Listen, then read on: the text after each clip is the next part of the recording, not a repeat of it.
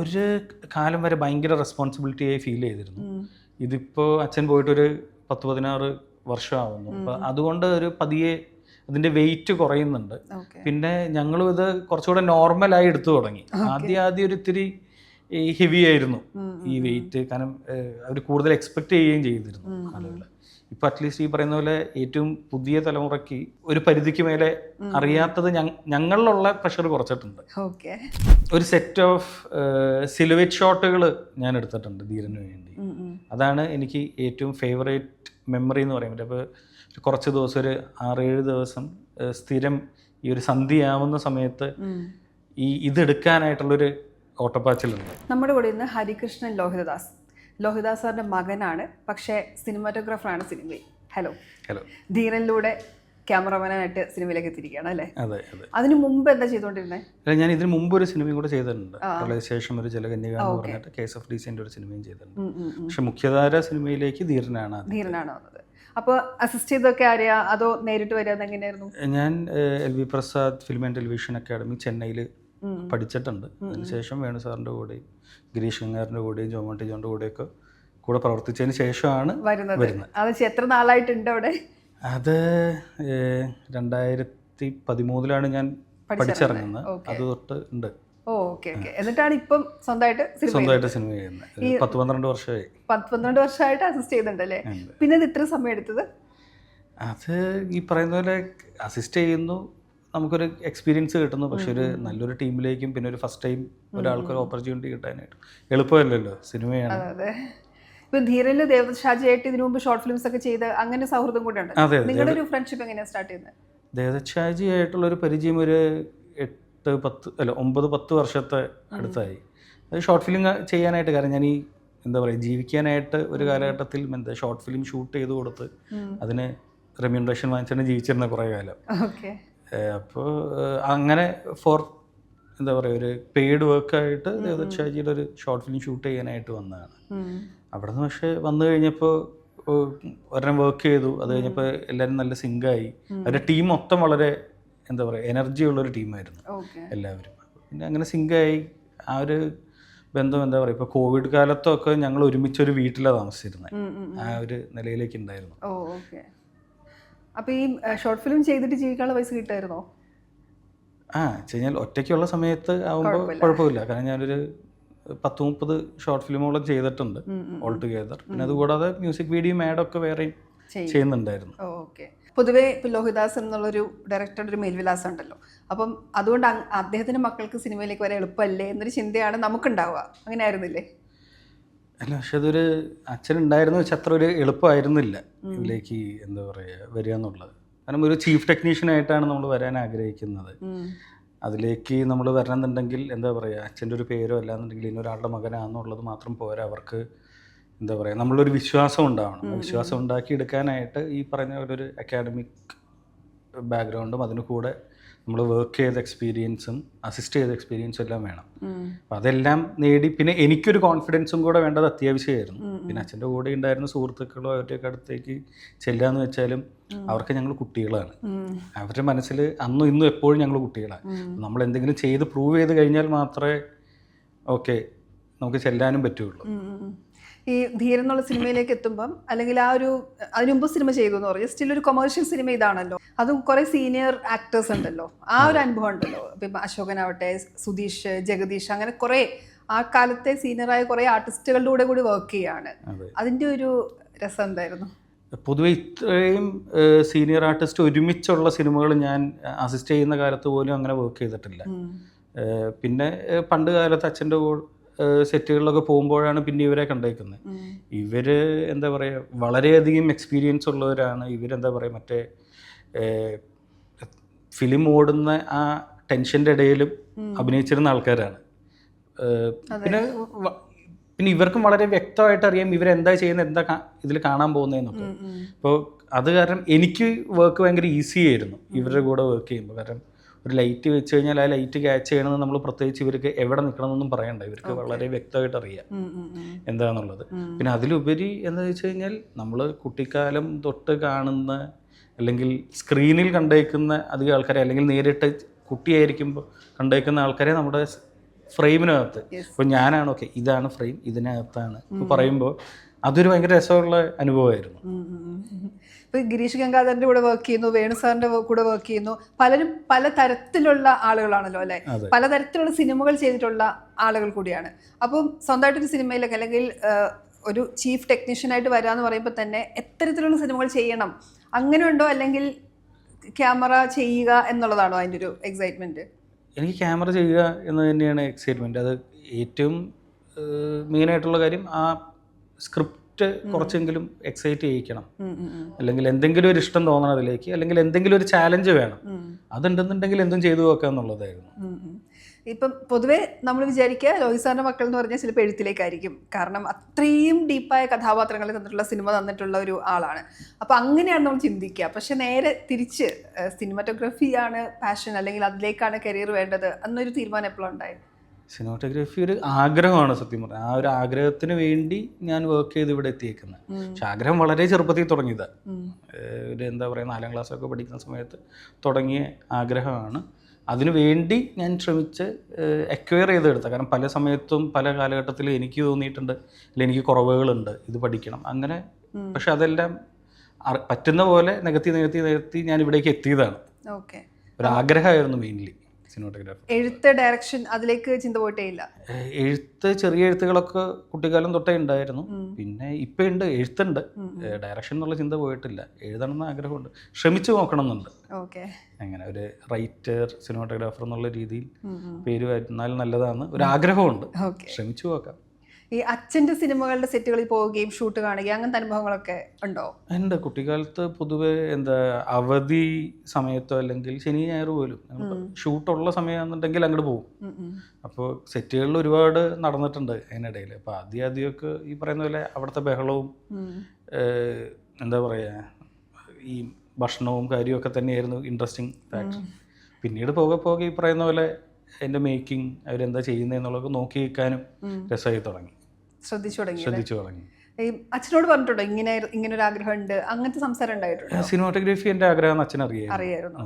അച്ഛനും ഈ പറയുന്ന പോലെ ആരെങ്കിലും അവസാന സമയമൊക്കെ ആകുമ്പോഴേക്കും ആരെങ്കിലും അസിസ്റ്റ് ചെയ്യുന്നുണ്ടോ എന്നൊക്കെ ചോദിച്ചിട്ടൊക്കെ ഉണ്ട്. ഈ പൊതുവേ ഇപ്പം ഞാൻ കേട്ടിട്ടുണ്ട്, ഇപ്പം ലോഹിത് സാറ് ഇങ്ങനെ സ്കൂളിൽ നിങ്ങൾ പോവുകയാണെങ്കിൽ ലീവ് എടുപ്പിച്ച് ആൾ വരുന്ന സമയങ്ങളിൽ യാത്ര കൊണ്ടുപോവുക, അല്ലെങ്കിൽ ഇപ്പൊ ഹോസ്റ്റലിൽ കൊണ്ട് നിർത്തിയാൽ തിരിച്ച് വിളിച്ചുകൊണ്ട് ഊട്ടിയിലെങ്ങാണ്ട് കൊണ്ട് പഠിക്കാൻ വിട്ടിട്ട് 8 മാസമേ ഞങ്ങൾ നിർത്തിയിട്ടുള്ളൂ. എങ്ങനെയുള്ളൊരു അച്ഛനായിരുന്നു ആള്? അച്ഛൻ എന്താ പറയുക, ഞങ്ങളെ കൂടുതൽ എക്സ്പീരിയൻസ് ചെയ്യാനായിട്ട് എന്താ പറയുക പ്രൊമോട്ട് ചെയ്യുന്ന ഒരു അച്ഛനായിരുന്നു. ഇപ്പോൾ ഏറ്റവും ഇതെന്ന് വെച്ചാൽ അനിയൻ്റെ 10ാം ക്ലാസ്സിൽ പരീക്ഷൻ്റെ തലേ ദിവസം ഞങ്ങളെ തൃപ്പൂണിത്തുറ അമ്പലത്തിൽ ചാക്യാർകൂത്ത് കാണാൻ കൊണ്ടുപോയിട്ടുണ്ട്. വെച്ച് കഴിഞ്ഞാൽ അവൻ അത് ആ പരീക്ഷ വിഷയത്തിൽ വളരെ മോശമാണ്. പക്ഷെ അച്ഛൻ പറഞ്ഞ് നീ ഒറ്റ ദിവസം കൊണ്ട് പഠിച്ചിട്ട് നീ ജയിക്കുന്നതാണെങ്കിൽ നീ ജയിക്കണ്ട, ഇത് കണ്ടാൽ മതി എന്ന് പറഞ്ഞു. അപ്പോൾ ആ ഒരു തരത്തിലുള്ള അച്ഛനായിരുന്നു.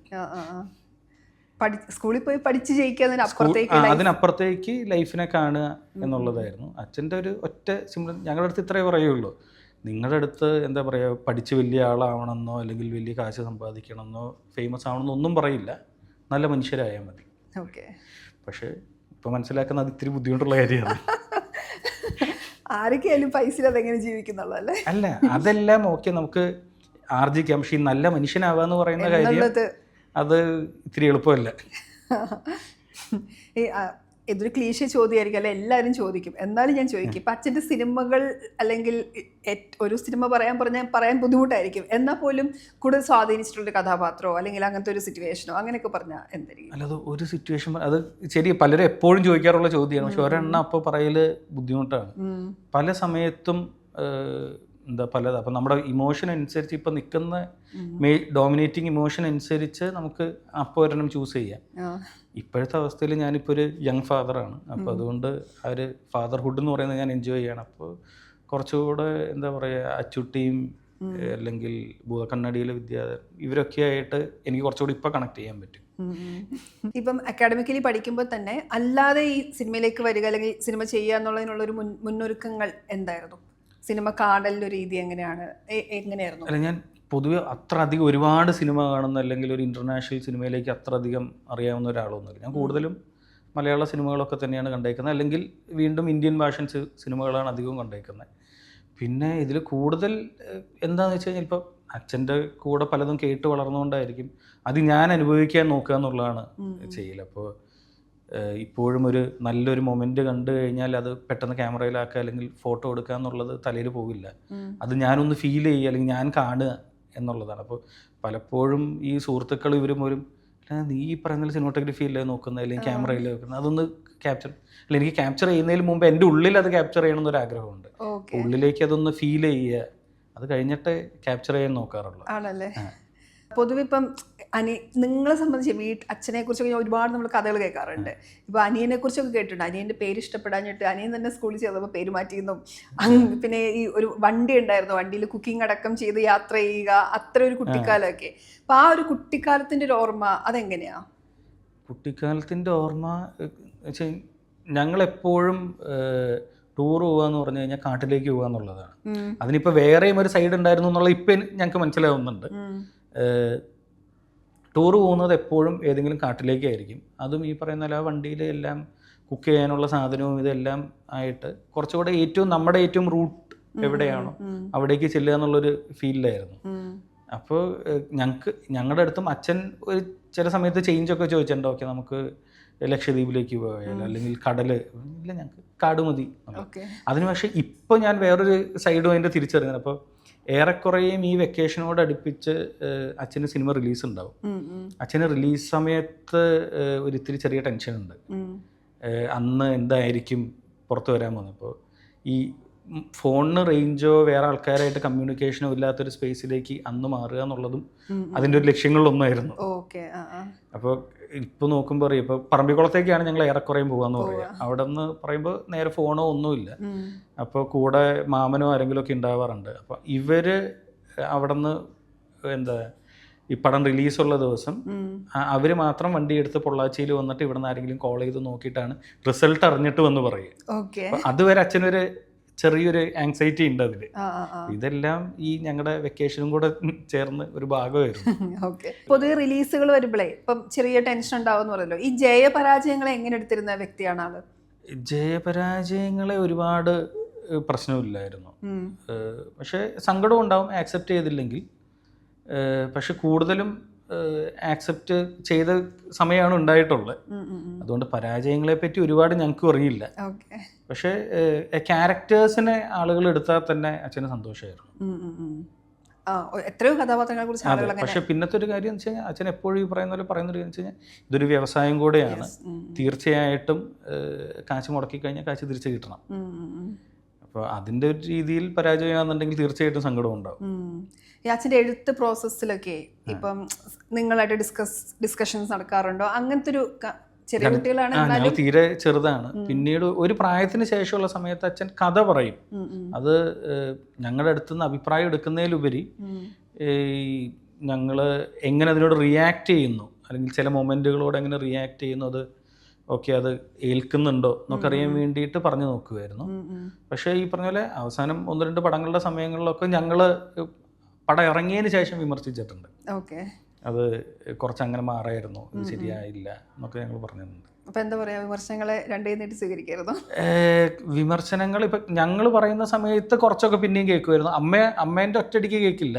പക്ഷെ എങ്കിലും ഈ പറയുന്ന പോലെ അച്ഛൻ പിന്നീടെങ്കിലും അതിനെപ്പറ്റി ചിന്തിക്കും.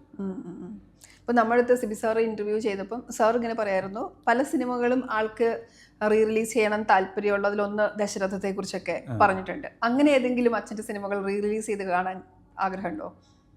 റിലീസ് ചെയ്ത് കാണാൻ എനിക്ക് പല സിനിമകളും റിലീസ് ചെയ്ത് കണ്ടാൽ കൊള്ളാമെന്നുണ്ട്. പക്ഷെ തീർച്ചയായിട്ടും ഈ പറഞ്ഞ പോലെ ദശരഥം ആഗ്രഹമുണ്ട്, എനിക്ക് മൃഗയ ആഗ്രഹമുണ്ട്. അതുപോലെ തന്നെ കൗരവരും ഒന്ന് ബിഗ് സ്ക്രീനിൽ കണ്ടാൽ നല്ലതാണെന്ന് എനിക്ക് ആഗ്രഹമുണ്ട് പേഴ്സണലി. ചെറുപ്പത്തിൽ സിനിമകൾ കാണാൻ പോകുമ്പോഴേ ഇപ്പോൾ ഈ സിനിമാറ്റോഗ്രാഫി എന്നുള്ളൊരു ഇഷ്ടം തുടങ്ങിയതിന് ശേഷം അല്ലെങ്കിൽ കാര്യമായി അത് വന്നതിന് ശേഷം ഒരു സിനിമ കാണുമ്പോഴും ആ രീതിയിലാണോ കാണുക? അപ്പോൾ ക്യാമറ എങ്ങനെയാണ്, ആംഗിൾ എന്താണ്, ആ രീതിയിലാണോ ഫ്രെയിം വെക്കുന്നത്? അതൊക്കെയാണ്. പക്ഷെ അതെനിക്ക് ഇപ്പോഴും കാണാൻ പറ്റില്ല. ഇല്ല, എനിക്കൊരു സിനിമ കാണുമ്പോൾ എപ്പോഴും സിനിമ ആസ് എ ഹോളാണ്. പിന്നീട് ഞാനിരുന്ന് വളരെ ഡെലിബറേറ്റ് ആയിട്ട് ഇരുന്ന് നോക്കണം. അല്ലാതെ എനിക്ക് ഒറ്റയടിക്ക് കാണുമ്പോൾ സിനിമ ആസ് എ ഹോളാണ്.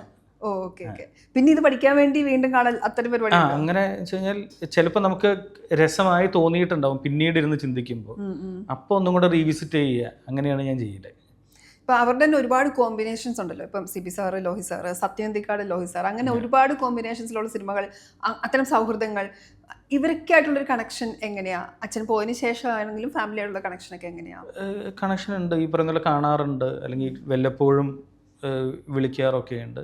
ആ ഒരു രീതിയിൽ തന്നെ പോകുന്നുള്ളൂ. മുമ്പാണെന്നുണ്ടെങ്കിലും പിന്നെയും അങ്ങനെ വീട്ടിലേക്ക് ഒരുപാട് പേര് വരുന്ന ഒരു ശീലം ഇല്ല പൊതുവെ, മുമ്പേ ഇല്ല. പിന്നെയും വരാറുള്ളത് സത്യനങ്ങളാണ് വരാറുള്ളത്. പക്ഷേ അതിനുശേഷം പുള്ളിയും വന്നിട്ടുണ്ട്. ഇപ്പോൾ എൻ്റെ വിവാഹത്തിന് പോലും ഓൺ സ്റ്റേജ് ഉണ്ടായിരുന്നു. ഈ പൊതുവേ അച്ഛൻ ഫേമസ് ആയതുകൊണ്ട് തന്നെ, അല്ലെങ്കിൽ മലയാളികൾക്ക് അത്ര ഇഷ്ടമുള്ള വ്യക്തി ആയതുകൊണ്ട് തന്നെ, ഇപ്പം നിങ്ങളെവിടെയും പോയാലും സ്വാഭാവികമായിട്ട് അച്ഛനെ കുറിച്ച് ഞാൻ ചോദിക്കും. ആ ഒരു ലെഗസിയെ ഒരു ഭയങ്കര റെസ്പോൺസിബിലിറ്റി ആയിട്ട് തോന്നാറുണ്ടോ? അത് ഒരു കാലം വരെ ഭയങ്കര റെസ്പോൺസിബിലിറ്റി ആയി ഫീൽ ചെയ്തിരുന്നു. ഇതിപ്പോൾ അച്ഛൻ പോയിട്ടൊരു 10-16 വർഷമാവുന്നു. അപ്പം അതുകൊണ്ട് ഒരു പതിയെ അതിൻ്റെ വെയിറ്റ് കുറയുന്നുണ്ട്. പിന്നെ ഞങ്ങളും ഇത് കുറച്ചുകൂടെ നോർമലായി എടുത്തു തുടങ്ങി. ആദ്യം ഒരു ഇത്തിരി ഹെവി ആയിരുന്നു ഈ വെയിറ്റ്, കാരണം അവർ കൂടുതൽ എക്സ്പെക്ട് ചെയ്യുകയും ചെയ്തിരുന്നു ആളുകൾ. ഇപ്പോൾ അറ്റ്ലീസ്റ്റ് ഈ പറയുന്ന പോലെ ഏറ്റവും പുതിയ തലമുറയ്ക്ക് ഒരു പരിധിക്ക് മേലെ അറിയാത്തത് ഞങ്ങളിലുള്ള പ്രഷർ കുറച്ചിട്ടുണ്ട്. ഓക്കെ, ശരി. ഇന്നത്തെ തലമുറയ്ക്ക് ആ ഒരു സിനിമകൾ എന്താണെന്നുള്ളത് കറക്റ്റ് അറിയാത്തതുകൊണ്ട്. അനിയൻ ഇനി സിനിമയിലേക്ക് വരികയാണ് അല്ലേ? അതെ, എഴുത്ത്, ഡയറക്ഷൻ ഒക്കെ തന്നെയാണ്. ഡയറക്ഷനാണ് നോക്കുന്നത്. നിങ്ങൾ തമ്മിൽ സംസാരിക്കാറുണ്ടോ സിനിമ? ഞങ്ങൾ തമ്മിൽ ഒരുപാട് സിനിമ സംസാരിക്കാറുണ്ട്. ഒരുപാട് മറ്റേ സിനിമയുടെ പറഞ്ഞതിന് വഴക്കിടും ഒക്കെ ചെയ്യും. ആണല്ലേ? ആൾ എഴുതുന്ന കഥയുമായി ബന്ധപ്പെട്ട് ചർച്ചകളും ഒക്കെ ഉണ്ടാവും. അതെ അതെ, ഞാൻ ഈ പറയുന്ന പോലെ നിഷിദ്ധമായിട്ട് വിമർശിക്കുന്ന ആളാണ് അവൻ. പൊതുവെ ധീരനെ കുറിച്ച് പറയുമ്പോൾ ധീരനിലെ ഒരു ഫേവറേറ്റ് മെമ്മറി പറഞ്ഞാൽ എന്താവും? ധീരനിലെ ഫേവറേറ്റ് മെമ്മറി പറയാന്നുണ്ടെങ്കിൽ, ഞങ്ങൾ ഒരു സെറ്റ് ഓഫ് സിലുവേറ്റ് ഷോട്ടുകൾ ഞാൻ എടുത്തിട്ടുണ്ട് ധീരന് വേണ്ടി. അതാണ് എനിക്ക് ഏറ്റവും ഫേവറേറ്റ് മെമ്മറി എന്ന് പറയുന്നത്. അപ്പോൾ കുറച്ച് ദിവസം, ഒരു 6-7 ദിവസം സ്ഥിരം ഈ ഒരു സന്ധ്യയാവുന്ന സമയത്ത് ഇതെടുക്കാനായിട്ടുള്ളൊരു ഓട്ടപ്പാച്ചിലുണ്ട്. അത് ഞാൻ ആക്ച്വലി ഭയങ്കര എൻജോയ് ചെയ്തിരുന്നൊരു കാര്യമാണ്, കുറച്ച് സിലുവേറ്റ് ഷോട്ടുകൾ എടുക്കാനുള്ളത്. അതാണ് ധീരനിലെ ഏറ്റവും, എന്താ പറയുക, ഏറ്റവും സന്തോഷമുള്ള നിമിഷങ്ങൾ. അപ്പോൾ ധീരന് ശേഷം ഇനി അടുത്ത പ്രോജക്റ്റുകൾ സംസാരത്തിൽ വെക്കുന്നത്, ഒന്ന് അനിയൻ്റെ ഒന്ന് ഓണാവണ പ്രൊഡക്ഷനും കൂടെ ഓക്കെ ആവുകയെന്നുണ്ടെങ്കിൽ അതിലേക്ക് കയറാൻ എന്നുള്ളതാണ്. അതല്ലാതെ 1-2 പ്രോജക്റ്റുകൾ കൂടെ നിൽക്കുന്നുണ്ട്, സമയം അനുവദിക്കുന്നതനുസരിച്ച് ചെയ്യുന്നു. ഇപ്പോൾ ഇതിലേക്ക് തന്നെയല്ലേ സിനിമ ചെയ്യുക എന്നുള്ള? അതെ അതെ, സിനിമ ചെയ്യാന്നുള്ളത്. നല്ല സിനിമകൾ കിട്ടട്ടെ, ഒരുപാട് സിനിമകൾ വരട്ടെ. ഈ എഴുത്ത് ട്രൈ ചെയ്യണമെന്ന് എനിക്ക് പറയാൻ തോന്നുന്നുണ്ട്.